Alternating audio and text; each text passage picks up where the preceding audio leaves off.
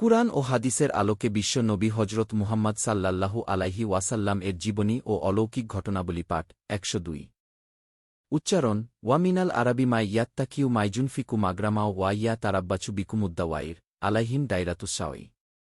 অর্থ এ বেদুইনের মধ্যে এমন লোক রয়েছে যারা মহান আল্লাহর পথে কিছু খরচ করলে তা জোরপূর্বক চাপানো খাজনার মতো মনে করে, আর তোমাদের ব্যাপারে তারা কালের আবর্তন অপেক্ষা করছে অথচ কালের আবর্তন তাদের নিজেদেরই উপর চেপে রয়েছে। সূরা তওবা আয়াত ৯৮।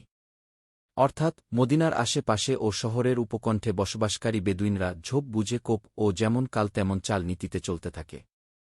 তাদের মধ্যে খুব কম লোকই ইসলামকে সত্য দিনরূপে বুঝে শুনে নিষ্ঠার সাথে গ্রহণ করেছিল। অধিকাংশ বেদুইন ঈমান ও আকীদার ভিত্তিতে নয়, শুধু উপস্থিত কল্যাণ লাভ ও পলিসি হিসাবে ইসলামকে গ্রহণ করেছিল। তাদের বাসনা ছিল সরকারি পার্টির সদস্যপদ গ্রহণ করে যেভাবে মানুষ সুযোগ সুবিধা লাভ করে থাকে তারাও সেভাবে ইসলামী রাষ্ট্রের নিয়ম নীতি মেনে চলে যাবতীয় সুযোগ সুবিধা সহজেই গ্রহণ করবে। এ প্রসঙ্গে আল্লাহ পাক বলেন, উচ্চারণ কালাতিল আরাবু আমান্না কুল্লাম তুমিনুনা ওয়ালাকিন কুলু আসলাম না। অর্থ বেদুইনরা বলে, অর্থাৎ আমরা ঈমান এনেছি, আপনি বলুন না আমরা বাহ্যিক আনুগত্য স্বীকার, তোমরা ঈমান আননি বরং তোমরা বল করেছি। সূরা আল হুজুরাত আয়াত ১৪। তাই ইসলামের যেসব নৈতিক নিয়ম পালনের বাধ্যবাধকতা আরোপ করে, যেমন নামাজ ইত্যাদির নিয়ম পালন করতে বলে, ফসলাদি ও পশুপাল ইত্যাদির ধার্যকৃত জাকাত আদায় করতে বলে, তা পালন করা ছিল তাদের জন্য একেবারে অসহ্য। ফলে এর দায়িত্ব ও ঝুঁকি হতে বাঁচার জন্য তারা নানারূপ ছল কৌশল ও টালবাহানা করে চলতে থাকে। তাদের মনের আকর্ষণ ও ঝোঁকপ্রবণতা ছিল কেবল নিজেদের অর্থস্বার্থ, সুযোগ সুবিধা, আরামায়েশ, জায়গাজমি, উটছাগল ও নিজেদের তাঁবুর আশপাশের দুনিয়া নিয়ে। এর ঊর্ধ্বে অন্য কোনো চিন্তা ভাবনা তাদের ছিল না। মাদকদ্রব্য হারাম হওয়ার ঘটনা। পঞ্চম হিজরিতে একটি ঘটনা ঘটে যা ইসলামের ইতিহাসে গুরুত্বপূর্ণ বলে বিবেচিত হয়। মাদকদ্রব্য আরবীয়দের জীবনের একটা বড় অংশ জুড়ে ছিল। যে কোনো উৎসব আনন্দে মদ খাওয়া তাদের একরকম রেওয়াজ হয়ে গিয়েছিল। কিন্তু এর খারাপ দিকটা এত মারাত্মক যে মদপানে তাদের মানুষ্যত্ব লোপ পেয়ে যেত। ফলে হত্যা, রাহাজানি ও নানা প্রকার অপরাধ সংঘটিত হতো। যারা ইসলামের সুশীতল ছায়াতলে আশ্রয় নিয়েছিলেন তাদেরও মহানবী হজরত মুহাম্মদ সাল্লাল্লাহু আলাইহি ওয়াসাল্লাম প্রথম দিকে এই মদ্যপান নিষিদ্ধ করেননি। কোনো নেশাই হঠাৎ বন্ধ করে দিলে শরীরে ও মনে তার মারাত্মক প্রতিক্রিয়া দেখা দিতে পারে। তাই মহানবী হজরত মুহাম্মদ সাল্লাল্লাহু আলাইহি ওয়াসাল্লাম সাহাবীদের বলে দিলেন, তোমরা মদ পান করো না, উহা শয়তানের কাজ। এ প্রসঙ্গে সূরা বাকারায় আল্লাহ পাক বলেন, উচ্চারণ ইয়াস আলনাকা আনিল খামরি ওয়াল মাইসিরি কুল ফিহিমা ইসমুন কাবিরু ওয়া মানাফিউল লিন্নাসি ওয়া ইচমুহুমা আকবারু মিন নাফিহিমা।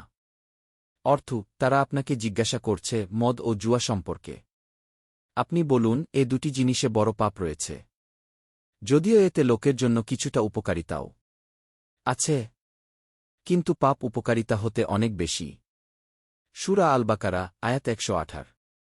এর কিছু কাল পরে ৪ হিজরির প্রথম ভাগে দ্বিতীয় নির্দেশ নাইল হয় এবং মাতাল অবস্থায় নামাজ পড়তে নিষেধ করা হয়, যথা উচ্চারণ ইয়া আইহাল্লাইনা আমানু লাতাকরাবুচ্ছালাতা ওয়া আন্তুম সুকারা হাত্তাতালাম মাতাকুলুনা। অর্থ হে ঈমানদার লোকেরা, তোমরা যখন নেশায় মাতাল অবস্থায় থাকবে তখন নামাজের কাছেও যেও না। নামাজ তখন পড়বে যখন তোমরা কি বলছ তা সঠিকভাবে জানতে পারবে। সূরা নিসা আয়াত ৪৩। অতঃপর ৫ হিজরির শেষ ভাগে মদ্যপানকে সম্পূর্ণ নিষিদ্ধ, হারাম ঘোষণা করে সূরা আল মায়দার আয়াত নাজিল হয়। উচ্চারণ ইয়া আইহাল্লাইনা আমানু ইন্নামাল খামারু ওয়াল মাইসিরু ওলাল আনছোয়াবু ওয়াল আইলামু রিজসুম মিন আমালিশ শাইতোয়ানি ফাজতানিবুহু লাআল্লাকুম তুফলিহুন। অর্থ হে ঈমানদারগণ, এই মদ্য, জুয়া, আস্তানা ও পাশাখেলা সবই নাপাক শয়তানি কাজ।